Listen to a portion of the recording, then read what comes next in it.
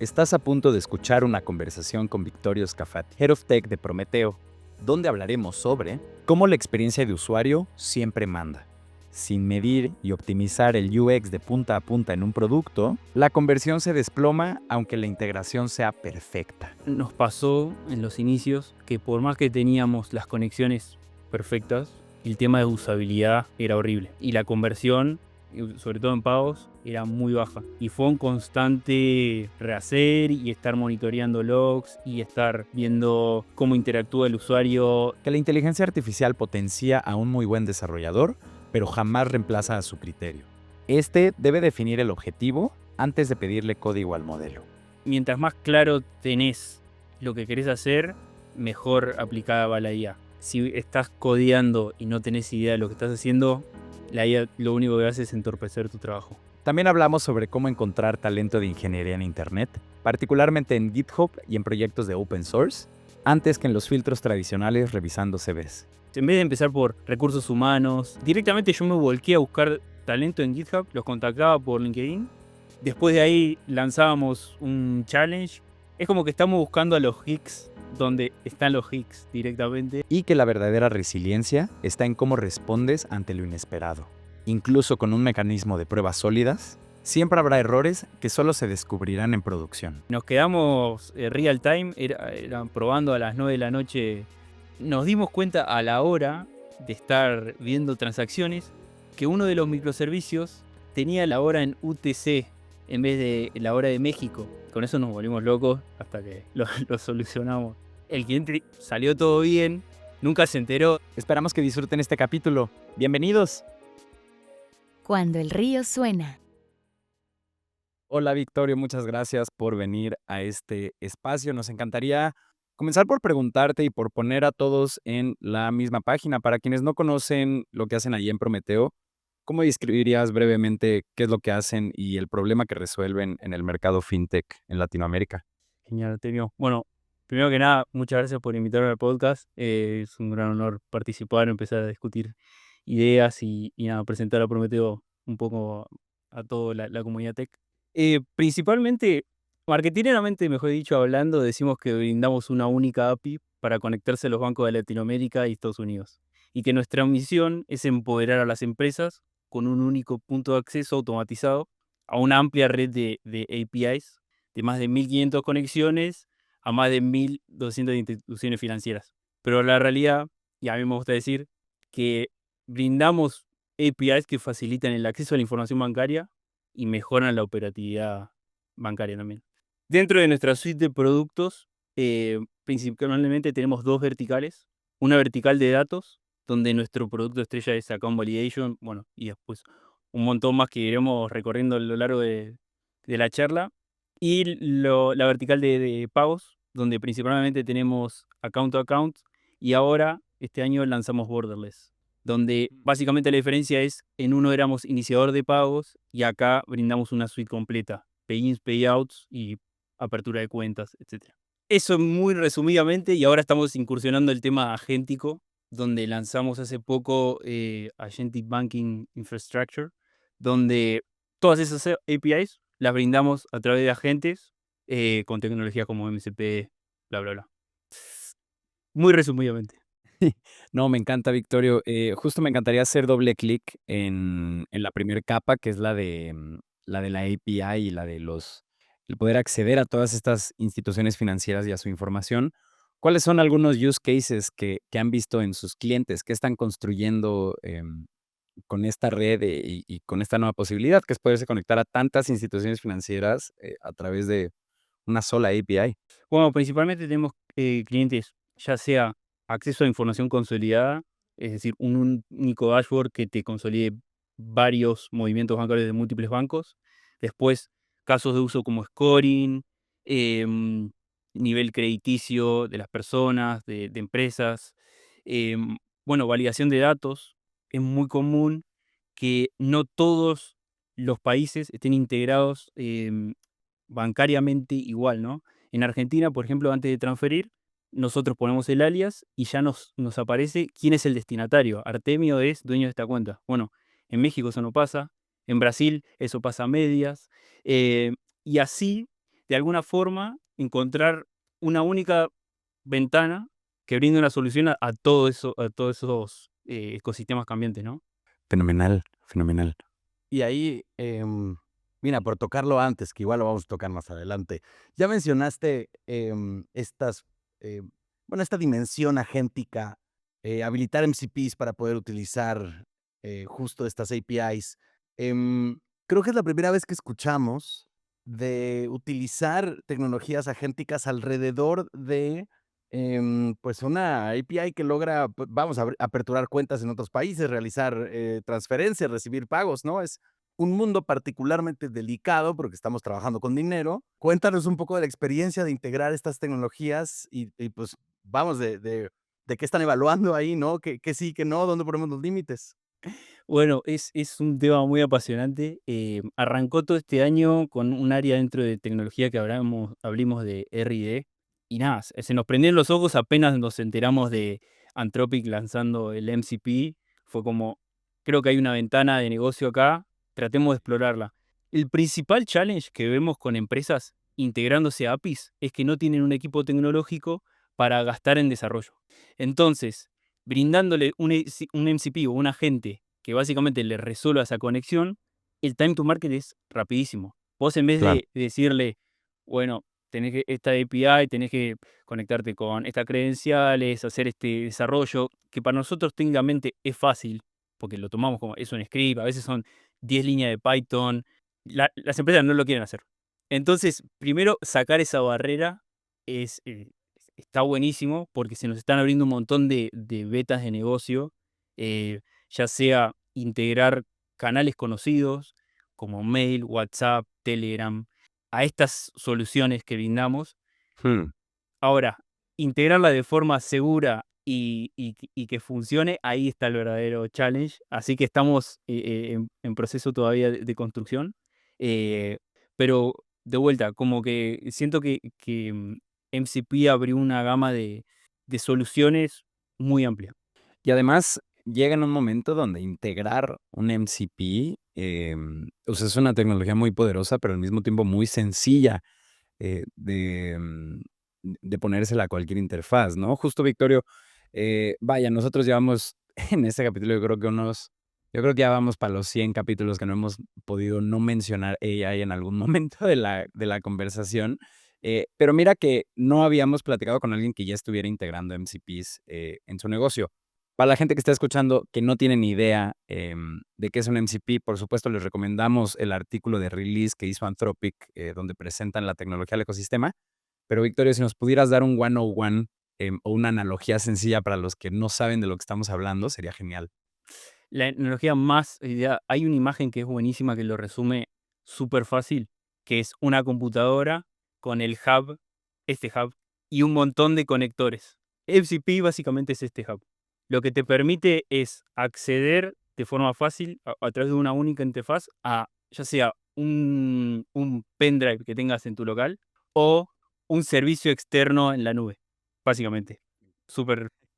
Súper resumido. No, está perfecto. Y para quienes no nos estén viendo en video, Victorio mostró en pantalla un hub de USBs, como un multi-USB hub mientras hacía esta analogía. Por si eso le suelta alguna pista extra a los que no tenían la ayuda visual. No, Pero pero de yo creo vuelta, que... no, ahí No, quiero sí, un adelante. comentario nomás que la tecnología es súper sencilla de implementar. Ahora queda como todo el aftermath de eso, ¿no? Que va a Ujú. ir surgiendo. No, y de verdad, interactuar con un MCP es una cosa que se siente un poco como la primera vez que interactúas con AI, ¿no? Como magia. Yo recuerdo haber estado en un builder de apps y le conecté el MCP de Stripe y, y le decía, bueno, ahora créame un producto con estas vertientes y que cambie el precio cuando pase esto. 3 minutos después ya estaba todo configurado, las rutas de pago, si seleccionabas un producto de un color o de un tamaño, cambiaba el precio y dije, wow, esto, qué poderoso, qué poderoso. Toda API, toda herramienta necesita una salida de MCP para poder interactuar con estas herramientas de esta forma. Oye, Victoria, Prometeo integra 283 instituciones. Ya para el momento en el que salga este podcast, como tenemos cierta cola, probablemente el número haya cambiado, pero bueno, 283 en 10 países diferentes para el momento en el que estamos grabando. ¿Cómo se logra esto a nivel técnico? Porque como nos cuentas, vamos, cada país tiene sus propios protocolos, sus propios requisitos. Hay unos que tienen requisitos más laxos, unos pues mucho más estrictos. Y hemos tenido aquí invitados en el pasado que hacen integraciones donde nos dicen, no, cuando empezamos era un bot que se metía a tu cuenta de banco con tus credenciales y hacía un scrapping ahí y se bajaba los datos que necesitábamos. ¿Cómo funciona pues hoy en día en una empresa moderna una integración de esta escala? Bueno, en cuanto a tecnologías underneath, son varias. Y depende un montón, como mencionás. Tanto la madurez que tenga el mercado bancario en ese país, ya sea tema regulatorio, tema de los bancos brindando APIs fáciles para acceder o servicios relativamente sencillos de consumir tecnológicamente. Y después consolidando todo eso en un modelo. Nosotros tecnológicamente, lo tenemos distribuido en 30 microservicios, donde cada servicio se encarga de básicamente una responsabilidad. Tenemos un microservicio de banking, donde tenemos las conexiones bancarias. Después sobre eso está el de account validation, que consume banking. Después hay todo una suite de servicios extra que se comunican entre sí, pero básicamente sí, es el mayor desafío que tenemos en el día Claro. a día. Y, y un poco cuéntanos cuáles han sido los momentos más frustrantes de ir creando estas integraciones, Victorio. ¿Cuál ha sido, no sé, un momento desagradable o sencillamente frustrante, ¿no? Porque me parece que esta sí es una de esas hazañas donde lo técnico pues se vuelve muy fundamental. Bueno, nos pasó en los inicios que por más que teníamos las conexiones perfectas, el tema de usabilidad era horrible. Y la conversión, sobre todo en pagos, era muy baja. Y fue un constante rehacer y estar monitoreando logs y estar viendo cómo interactúa el usuario dentro de la UI en el servicio.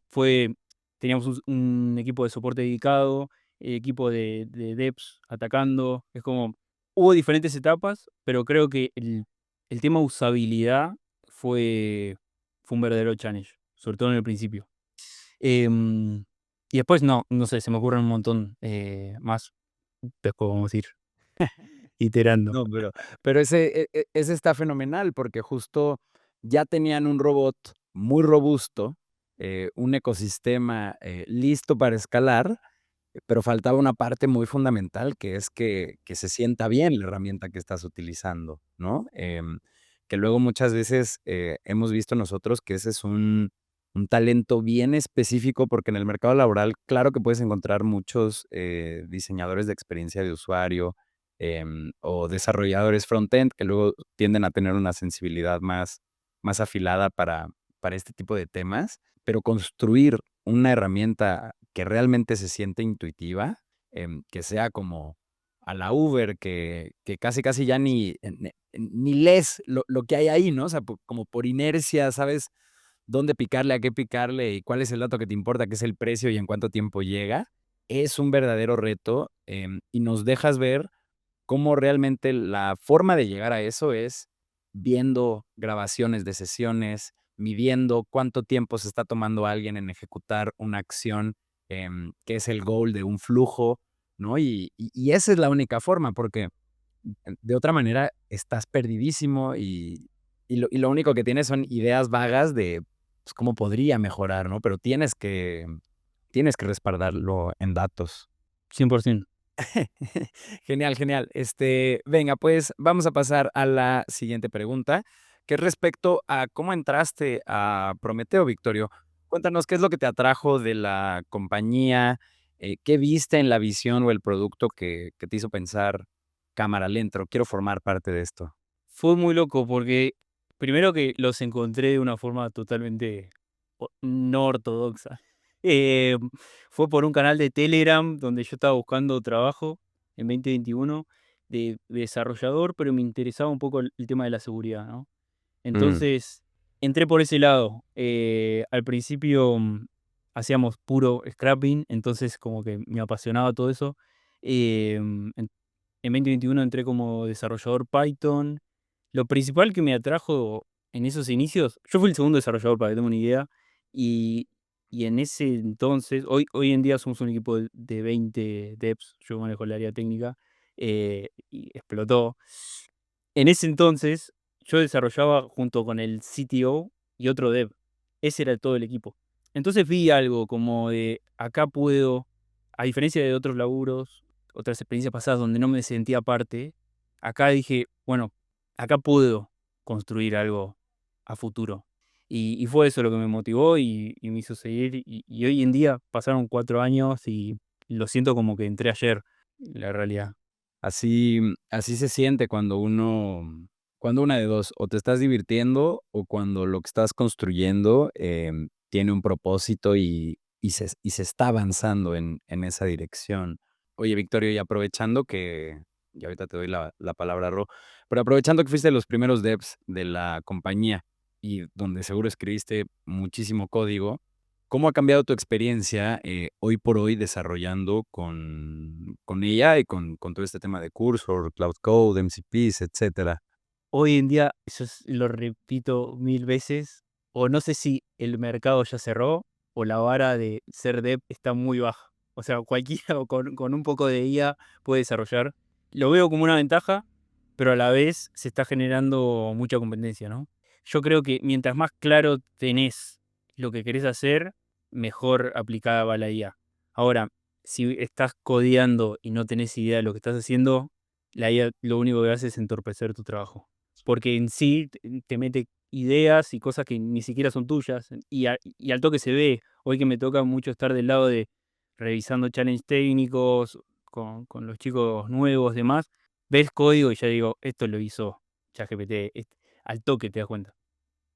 No hay un junior que pueda resolver esto así, como Ahorita justo, venimos saliendo de un ciclo de pruebas técnicas para un rol de desarrollo que abrimos. A ver qué opinas de esto, porque no sé si justo estabas yéndote por el lado contrario, pero las pruebas técnicas que me llegaron donde se resolvía el reto en cuestión. Nuestro reto técnico para esa prueba fue montar un e-commerce que tuviera 3 productos. Uno de ellos se llamaba como un palíndromo, y entonces si detectaba la búsqueda de un palíndromo tenía el 50% de descuento. Era algo bastante sencillo, era una prueba así, no, o sea, queríamos ver que estuvieran bien usadas las tecnologías, no que fuera un reto muy complicado. Y era poquito tiempo para resolverlo. Claro, hubo desarrolladores que, incentivados incluso por nosotros al principio, de usar inteligencia artificial y ver nosotros cómo la usaban y cuenten, dejen ahí los documentos de contexto, etcétera, ¿no? O sea, muéstrenos cómo lo están haciendo. Resolvieron el reto y nos dejaron el front más pinche posible. O sea, una cosa, no tenía ni un estado de hover, o sea, nada, ¿no? O sea, nada más resolvieron el reto del back y dijeron el front me da igual. Y entonces, claro, que al lado de las personas que sí usaron AI, pero que hicieron 2 prompts, ¿no? Oye, aquí ayúdame, la barra de búsquedas tiene que ver así, no quiero que se sienta todo tieso, ayúdame con los colores. Bueno, pues entregaron algo que se veía como 10 veces el proyecto que habían entregado los que no habían hecho ni siquiera ese esfuerzo, ¿no?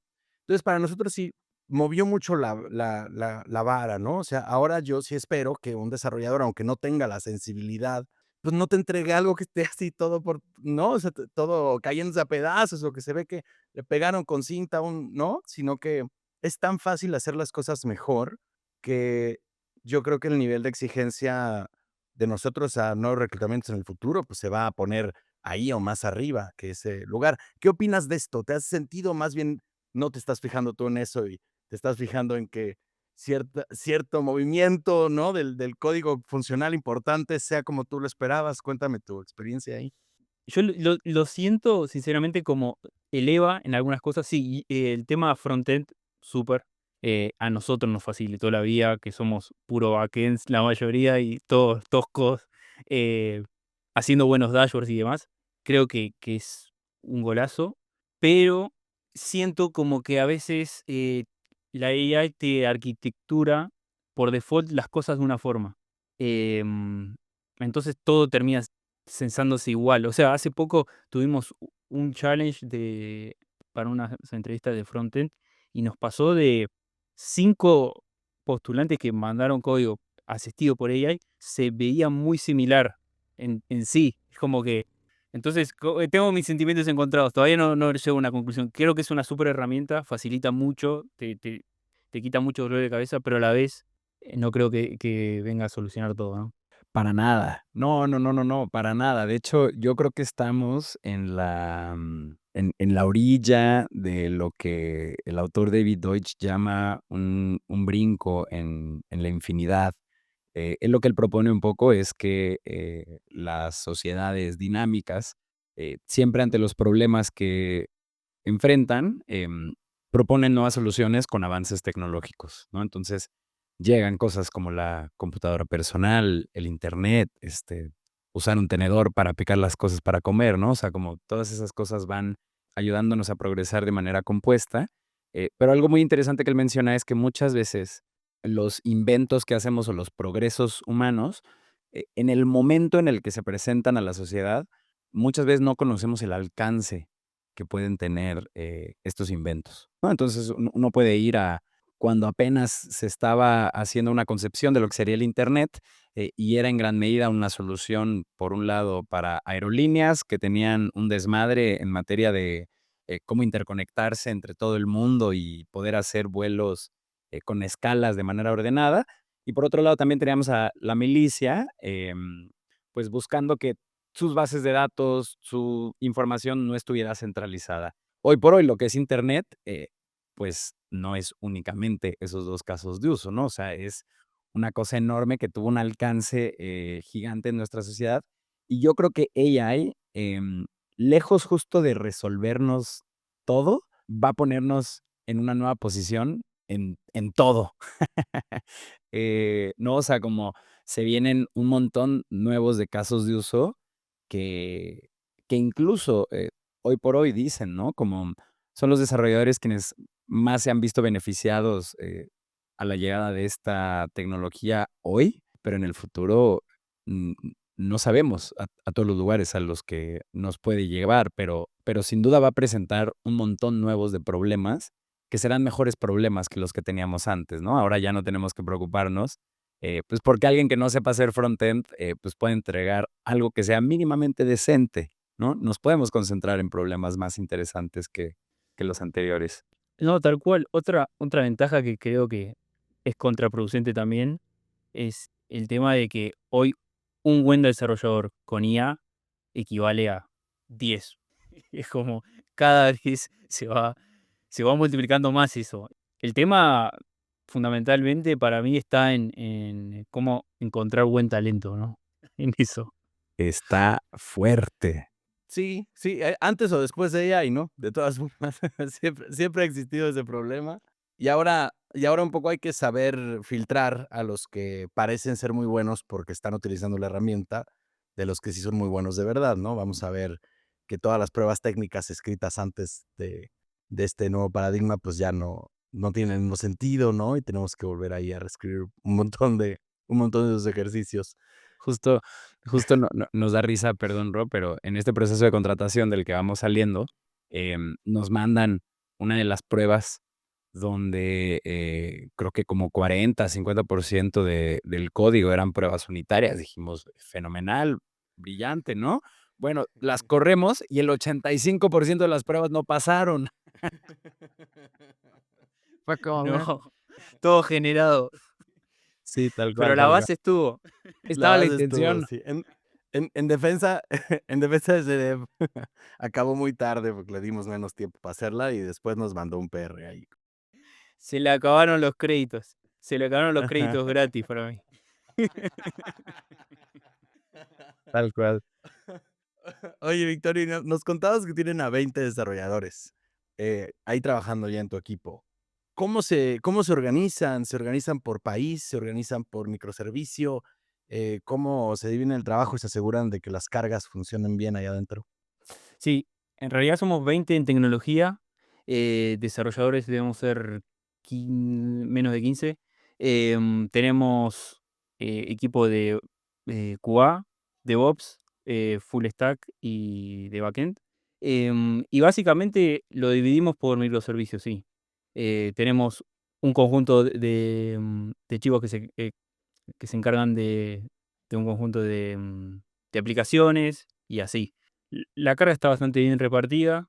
Por ahí, a veces, para que no se aburran, los hacemos ir iterando un poco, y tenemos como esa modalidad de armar como squads de, bueno, hay que investigar esta nueva tecnología, vení vos, porque también pasa de que a veces los chicos que armaron, como yo, desde cero alguna de las aplicaciones, es como que estar 2 años con lo mismo, ya te cansa, ¿no?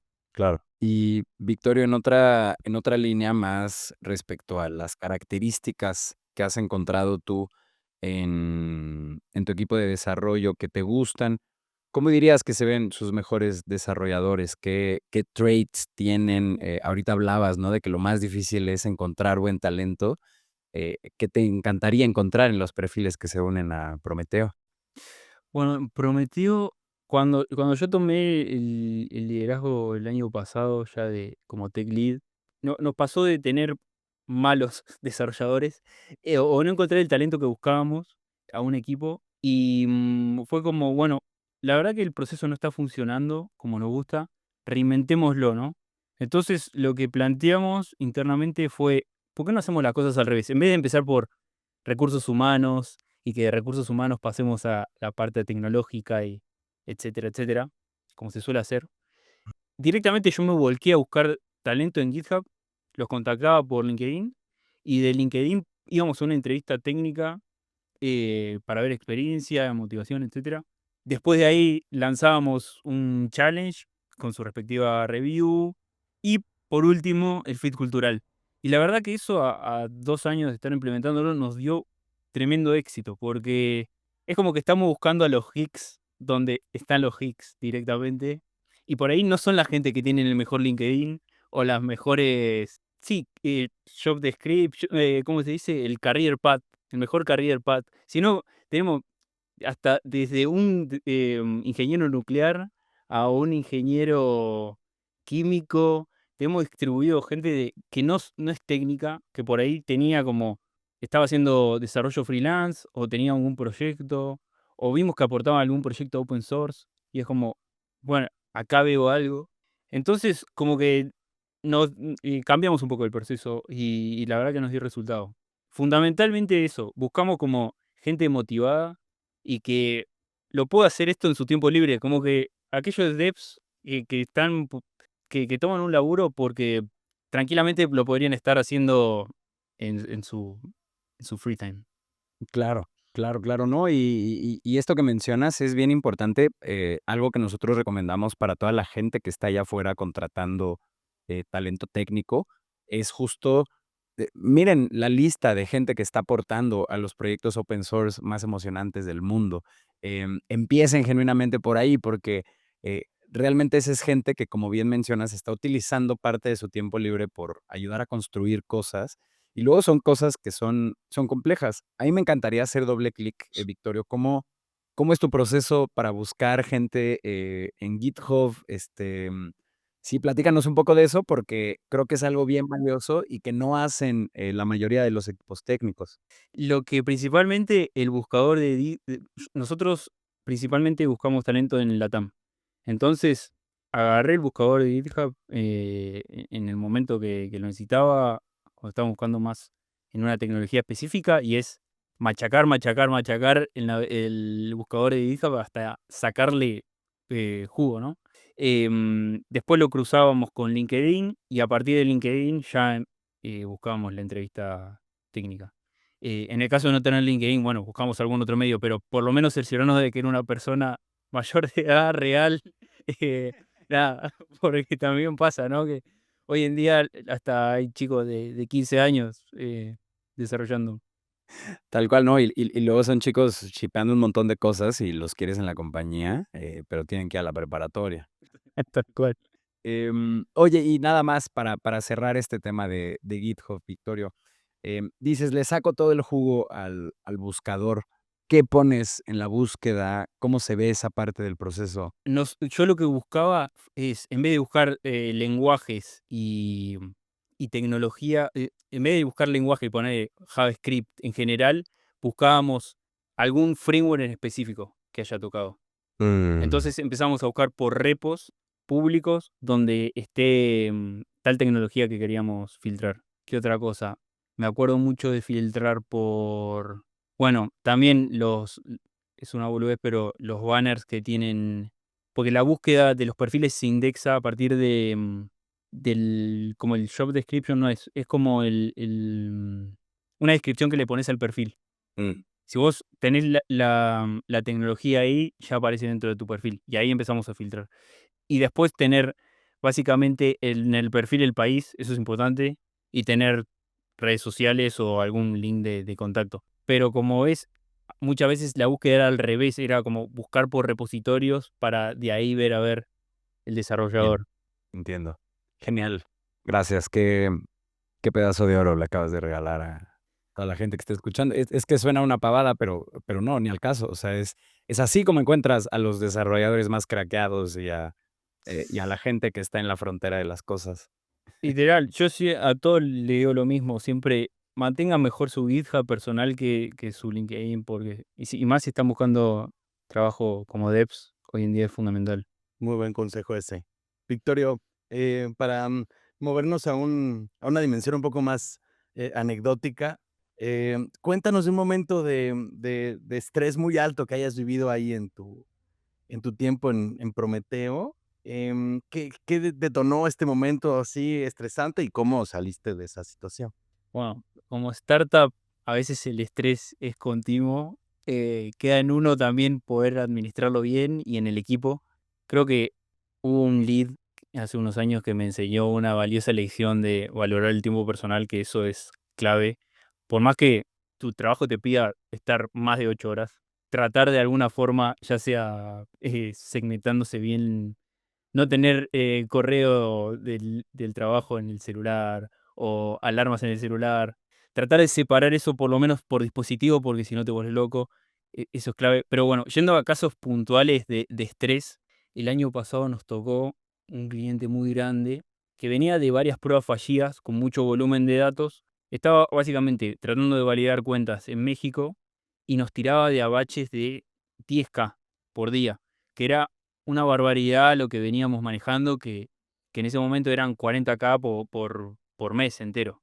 El cliente se venía quejando, y nosotros revisamos logs y todo pintaba estar bien. O sea, le dimos 20 vueltas al servicio y no encontramos solución de por qué se estaba cayendo en determinado tiempo, ¿no? Porque para otros clientes funcionaba perfecto.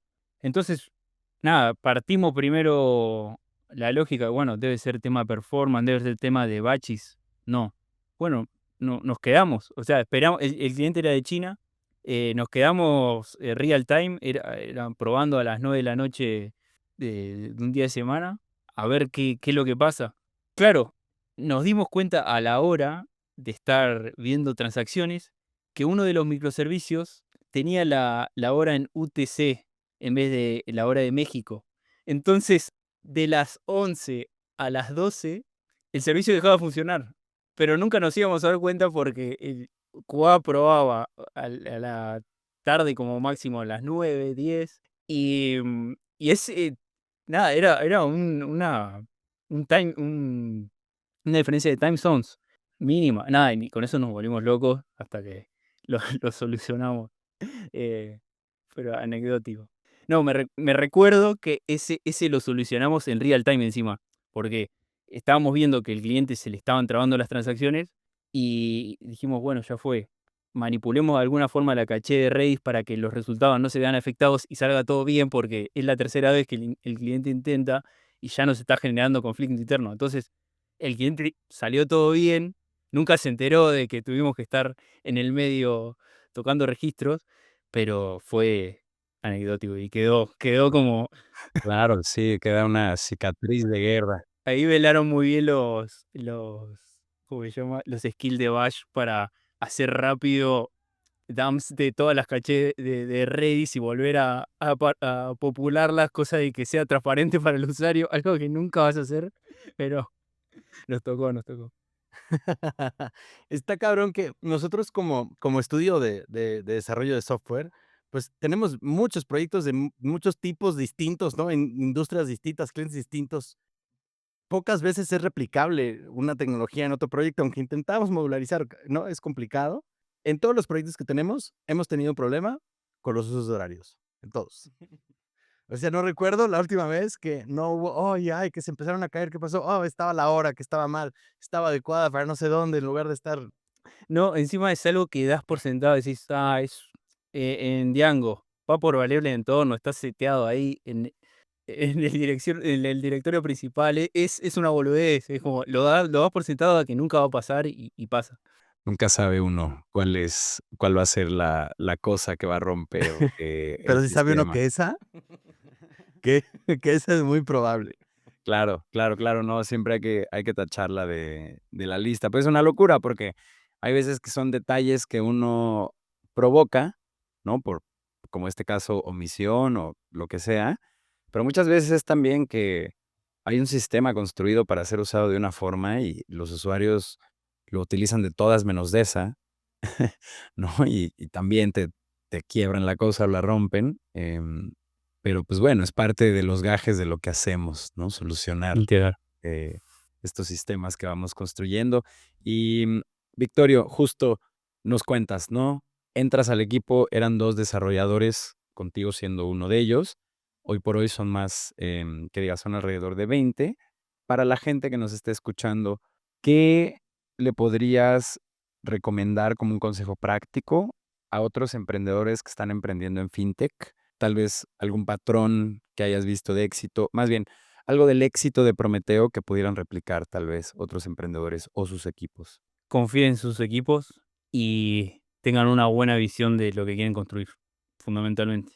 Creo que parte de mi crecimiento acá fue que desde el día cero me sentí con la seguridad de que las decisiones que tomaba, tanto como Dev Junior hace 4 años como ahora, iban a ser bien tomadas. Entonces, como esa confianza de que me depositaron a mí, yo la trato de depositar a los chicos hoy en día, a mis tech leads. Trato de que los tech leads también la depositen a los devs. Sobre todo para que todos estén aportando y sientan que están aportando. Creo que es fundamental. Y después el foco viene más del liderazgo y de tener la visión hacia dónde se quiere ir, que sea bien transmitida, ¿no? Sí, eso. Victorio, ¿cómo balanceas tú estas situaciones donde tú tienes una visión muy clara de cómo se ve un buen trabajo respecto a algo que tiene que hacer el equipo?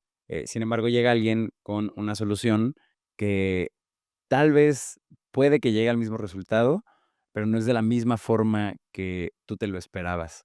Muchas veces nosotros, por lo menos yo me he cachado pidiendo por lo menos hacer ese par de modificaciones que yo encuentro, a pesar de que ya el resultado es uno que podría funcionar para lo que necesitamos, ¿no? ¿Tú cómo lidias con eso? Porque claramente uno quiere darle independencia a los equipos, pero cuando uno hace ese tipo de cosas, pues vaya que no los estás dejando actuar como querrían, ¿no? No, y mucho más si conoces la tecnología y decís, mira, eso se puede hacer de esta forma. Sí, cuesta balancearlo. Exacto. Eso cuesta, pero creo que si el end goal va a ser el mismo, yo prefiero a veces tirárselo como un comentario en un 1 a 1 o tomarlo como una mejora para el futuro y no bloquearlo en el momento, ¿viste? Decir, no, esto tiene que ser así porque yo lo digo, sino que está muy bien la solución, por ahí lo podemos implementar esto, si tenemos tiempo estaría bueno meterle esta nueva feature o hacer un refactor de esta forma para una V2, pero está bien así. Como darle la seguridad, por ahí guiarlo, pero también darle la seguridad que él está avanzando, ¿no? En el camino correcto. Nos pasó que al principio nosotros, nada, éramos 2 desarrolladores y de pedo teníamos test. Usábamos una herramienta que llamaba, que nos tuvimos que hacer un fork encima porque la herramienta open source estaba re desmantenida, que se llamaba IOHTTP. No me acuerdo cómo se llamaba. BCRPy. BCRPy. Que básicamente te grababa todo el tráfico de HTTP en YAMLs y con eso directamente tenías reproducibilidad de lo que hacían los robots. Ok. Eso no funcionaba de 10. Ahora, cuando cambiaba los robots, teníamos que ir de vuelta a grabar el tráfico. Eso duró un montón de tiempo hasta que vino un tech lead y nos dijo, no, ustedes tienen que hacer test unitarios de todo, por más que esté...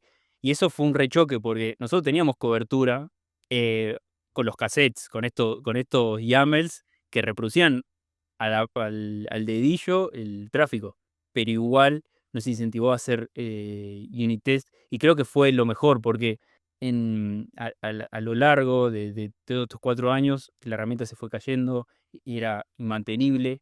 Era lo mejor porque era lo más fácil, no tenías que escribir, vos hacías el robot y directamente ya te grababa todo el tráfico, pero no era lo mejor técnicamente, ¿no? Ujú. Nada, eso se generó muchos choques al principio hasta que, nada, lo terminamos implementando, pero en ese momento yo creo que si él hubiera dicho, ¿sabes qué? No me meto, síganlo haciendo así, hoy en día por ahí tendríamos un problema, ¿no? Como ejemplo. Es muy importante esa habilidad de es que además es chistoso porque llega un desarrollador nuevo a un equipo y llega a cagarse en la tecnología que está hecha, porque, por supuesto, llegas con los ojos frescos, ¿no? Y dices: "¿Qué es esta basura? ¿Quién programó esto?", ¿no? Pero es muy importante pues, esa visión, pero también ese tacto, ¿no? Poder transmitir el mensaje de qué es lo que sí tiene que cambiar después de haber entendido muy bien la tecnología y por qué se tomaron las decisiones que se tomaron en el pasado, ¿no? Porque en el momento en el que llega un desarrollador nuevo y te dice: "¿Esto por qué está así?", y no preguntó antes, ¿no? Entonces no dices: "Bueno, pero por esta regla de negocio que está facilísima", pues ya lo que sea que te venga a decir ya no cae en tan buen lugar, ¿no? O sea, como que hay que tener mucho tacto para poder hacer ese tipo de deliveries. Sí, tal cual, 100%. Y, y Victoria, ya para terminar, em, a nosotros nos encanta futurear aquí también, porque por eso pues, hablamos de lo que está haciendo la inteligencia artificial ahorita y para dónde se está moviendo, pero te queríamos preguntar, ¿cómo te imaginas el ecosistema del Open Banking en Latinoamérica en los próximos 5 años? Sí, es hacer un poco de futurología, pero sí, yo lo sigo viendo como un esquema híbrido. Muchos países van a impulsar sus regulaciones y se están impulsando las regulaciones en Brasil, en Argentina, en México, Colombia también. Pero aún creo que siempre queda ese espacio de innovación que nunca te lo van a cubrir, ya sea el nuevo esquema o lo que fuera, o la regulación, digo. Entonces, en todo esto, cuando digo híbrido, me refiero a que siempre hay espacio para construir cosas nuevas, tanto sea aportando conexiones con nuevos datos o tratando de alimentar los datos que tenemos con otras fuentes. Como que trato de no cerrarme, ¿no? En el imaginativo, porque si no, también es como, bueno, nos van a pasar por arriba. No sé. Claro, claro, no, pero creo que volvemos al mismo punto que mencionábamos en el tema de inteligencia artificial, ¿no? Hoy tenemos un paradigma al que se le están, o más bien sobre la mesa se están poniendo un montón de nuevas propuestas, innovaciones, formas de hacer los progresos, ¿no? O sea, como siento yo que de 10 años para acá, labores como la que han hecho empresas como Prometeo de conectar todo, un montón de cuerpos financieros a través de una misma API, eso sienta la base para poder pensar en cuál es la siguiente ola de innovación donde uno no tiene que ir y escrapear toda la información de estos bancos, sino que ya solo se conecta a una API, ¿no? Y todo eso como ecosistema lo que genera es fundamentalmente un montón de problemas nuevos, pero mejores problemas que los que se enfrentaban hace una década. Entonces yo creo que particularmente el sistema financiero es uno que está viviendo muchas transformaciones, que si desde cómo percibimos el valor, cómo lo almacenamos, cuál es nuestra relación con las instituciones financieras y con el gobierno, que de verdad creo que va a ser muy emocionante lo que veamos que se construya de aquí a 10 años, sobre todo si vamos tan rápido como vamos con ella y todos estos frameworks para construir, que son mucho más modernos. Pero bueno, Victorio, te agradecemos un montón el venir a este espacio y el abrirnos la cortina de qué es todo lo que están haciendo ahí en Prometeo y de qué es todo lo que has aprendido en tu carrera profesional. También quiero agradecerle a toda la gente que llegó hasta este punto de la conversación y pedirles 2 cosas antes de dejarlos ir. La primera de ellas es que para nosotros es muy importante el feedback, así que por favor en los comentarios de YouTube o de Spotify, que ahí también ya se puede, o en nuestras redes sociales, por favor déjenos un comentario con qué les pareció el capítulo, a qué invitados les gustaría que tuviéramos acá o de qué temas les gustaría que habláramos, o sencillamente cuéntanos de los problemas que estás afrontando en lo que sea que estés construyendo para ver cómo podemos echarte la mano desde esta trinchera. Y también si conoces a cualquier fundador, operador o inversionista de una empresa tecnológica que tenga un hub de innovación o que sencillamente esté construyendo cosas emocionantes, por favor comparte este espacio con esa persona, ya que las estamos buscando a todas. Gracias, Rob, por un capítulo más. Creo que ya como el 210 o 215. Qué locura. Y nuevamente, Victorio, muchas gracias. Fue una gran conversación. Nos vemos a la próxima. Muchas gracias. La pasé muy bien.